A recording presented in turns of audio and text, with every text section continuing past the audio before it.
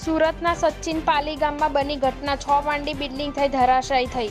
Building ધરાશાયી થતાં અનેક લોકો ઈજાગ્રસ્ત, કેટલાક લોકોને નાની મોટી ઈજા થઈ।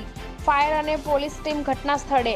બિલ્ડિંગ 25 વર્ષ જૂની હતી। સુરત પાલીગામ 5 માળ બિલ્ડિંગ ધરાશાયી મામલો 3 કલાકથી ચાલુ છે રેસ્ક્યુ ઓપરેશન। ફાયર અને પોલીસ સાથે એનડીઆરએફની ટીમ પહોંચી। ઓલપાડ ખાતે રહેલી સ્ટેન્ડ બાય એનડીઆરએફની ટીમની મદદ લેવાઈ। સુરત સચિન પાલીગામમાં 5 માળની બિલ્ડિંગ ધર કેટલાક પરિવારો ધબાયા હોવાની એનડીઆરએફ અને ફાયર બ્રિગેડ દ્વારા એક મહિલાને બહાર કાઢી નવી સિવિલ હોસ્પિટલ ખાતે સારવાર માટે ખસેડવામાં આવ્યા।